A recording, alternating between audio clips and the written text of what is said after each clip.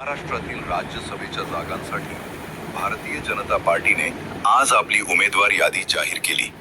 भाजपच्या केंद्रीय निवडणूक समितीने 4 नावांवर शिक्कामोर्तब केले आहे. भाजपचे राष्ट्रीय महासचिव अरुण सिंह यांनी आज नवी दिल्लीत एक अधिकृत पत्रक प्रसिद्ध केले. त्यात महाराष्ट्र राज्यसभा द्विवार्षिक निवडणूक 2026 साठी भाजपतर्फे खालील 4 उमेदवारांची घोषणा करण्यात आली. रामदास आठवले, विनोद तावडे, माया चिंतामण इवनाते आणि रामराव वडकुते.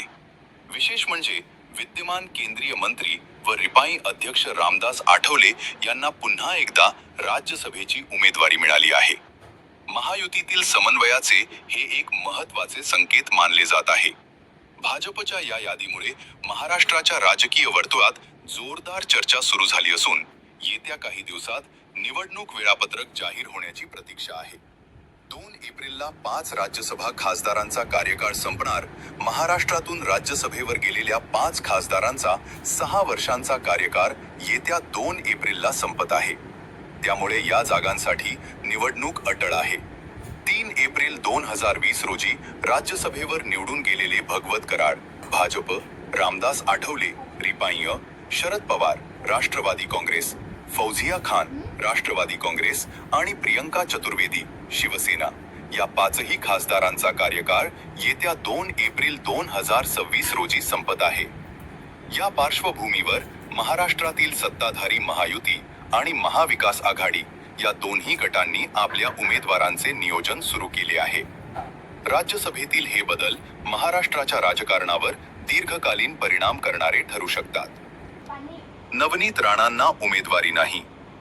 Reel viral.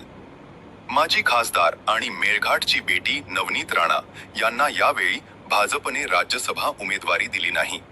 उमेदवारी मिळण्याच्या चर्चा रंगल्या असताना त्यांचे नाव यादीतून वगळण्यात आले. आता त्यांची एक रील सोशल मीडियावर चांगलीच व्हायरल झाली आहे. नवनीत राणा या भाजपच्या तिकिटावर अमरावतीतून लोकसभेवर निवडून गेल्या होत्या. यंदाच्या राज्यसभा निवडणुकीसाठी त्यांचे नाव प्रमुख दावेदारांमध्ये घेतले जात होते. मात्र भाजपने जाहीर केलेल्या 4 उमेदवारांच्या यादीत त्यांचे नाव नसल्याने राजकीय वर्तुळात आश्चर्य व्यक्त केले जात आहे. या पार्श्वभूमीवर त्यांनी सोशल मीडियावर एक रील पोस्ट केली असून त्यात त्यांनी संघर्षाबाबत मार्मिक भाष्य केले.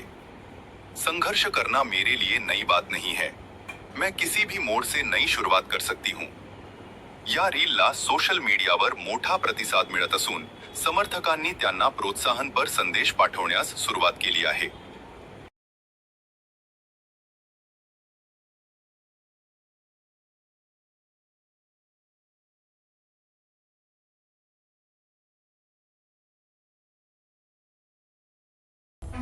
संघर्ष करना मेरे लिए नई बात नहीं है. मैं किसी भी मोड़ से नई शुरुआत कर सकती हूँ.